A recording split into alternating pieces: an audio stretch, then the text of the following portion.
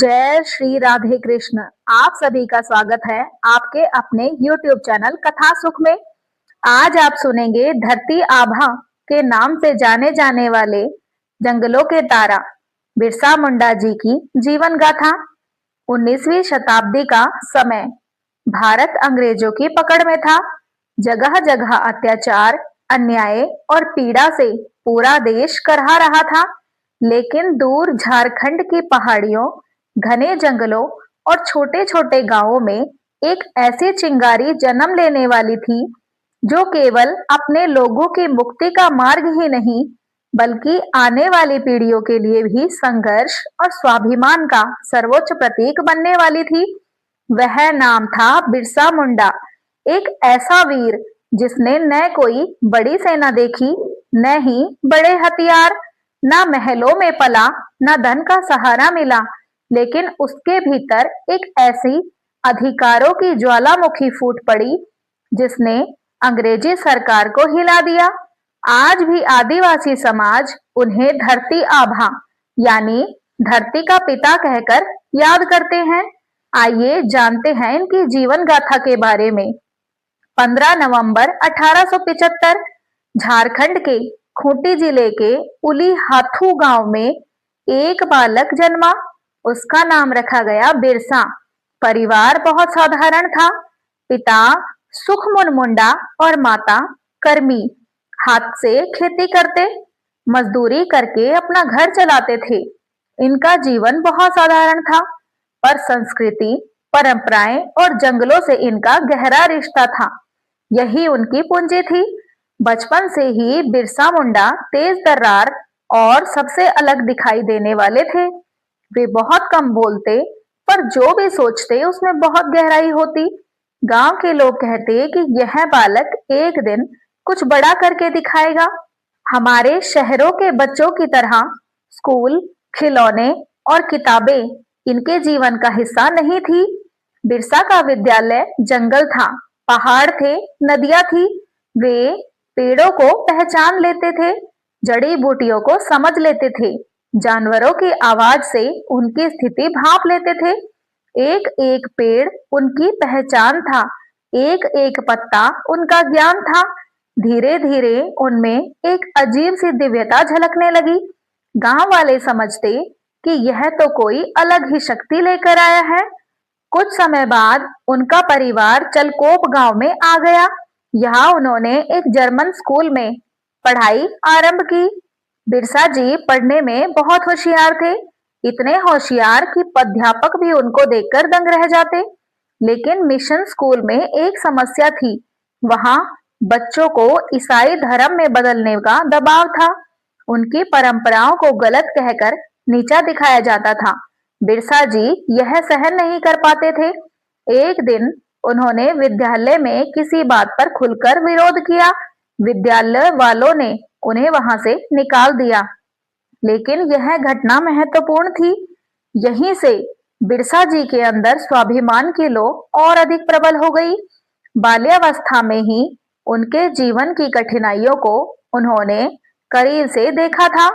कहीं किसान अपनी जमीन से बेदखल किए जा रहे थे, कहीं जमींदार आदिवासियों पर लगान बढ़ा रहे थे, कहीं अंग्रेज वन कानून बनाकर जंगलों को छीन रहे थे और आदिवासी समाज अपनी ही मिट्टी पर पराया बना दिया गया था। बिरसा जी का मन जल उठा। वह हर दिन यह सोचते कि यदि यह हमारी धरती है तो फिर हमें क्यों सताया जा रहा है। कभी न कभी इस अन्याय को समाप्त करना ही होगा। किशोर आयु में ही वे असाधारण ज्ञान प्राप्त कर चुके थे।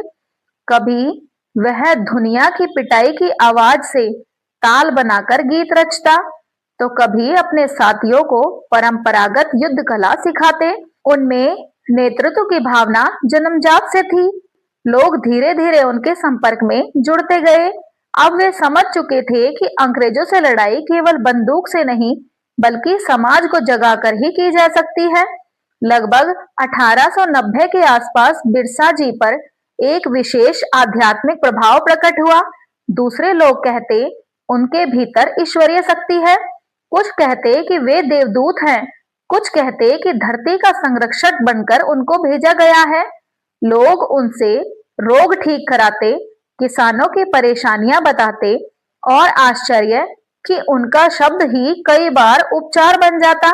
धीरे धीरे उनकी प्रसिद्धि बढ़ने लगी, भीड़ उनसे जुड़ने लगी।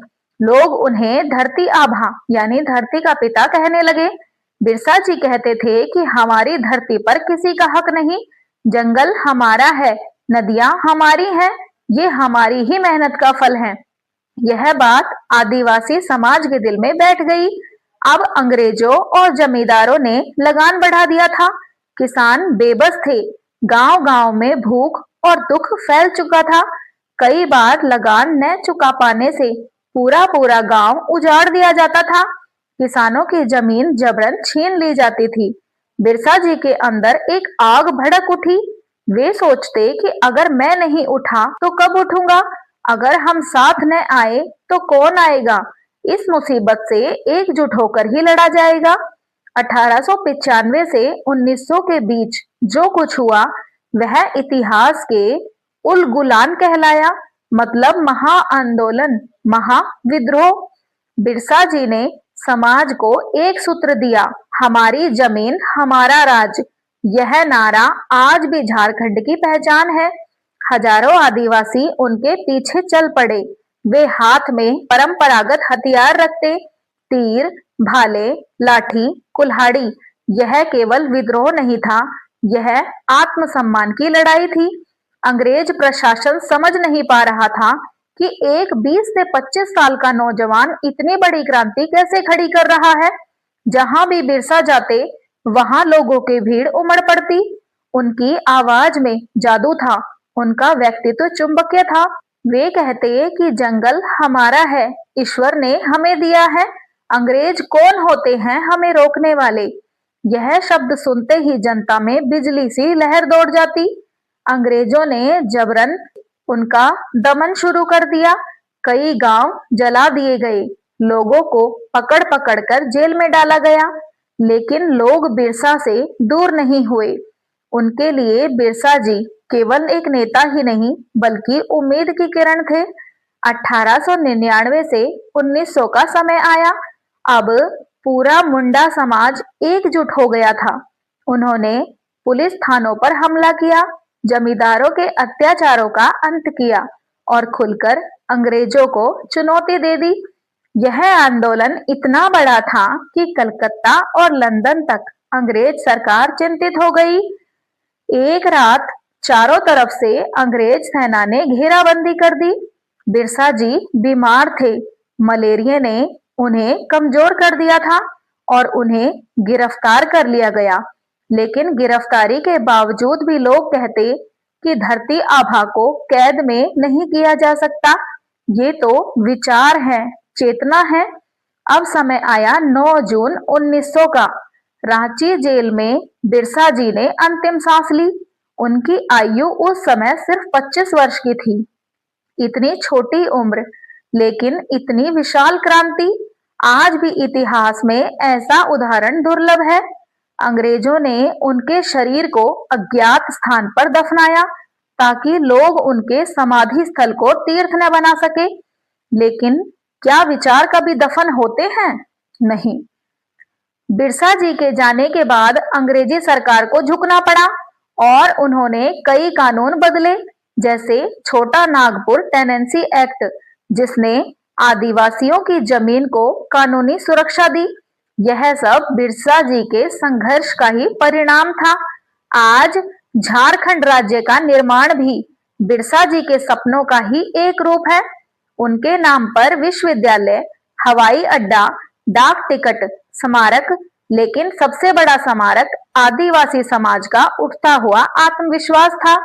बिरसा जी ने सिखाया कि दमन कितना भी बड़ा हो, अगर जनता जाग जाए तो सत्ता का पर्वत भी हिल जाता है। एक बच्चा जो देवता बन गया, एक युवक जो इतिहास बन गया।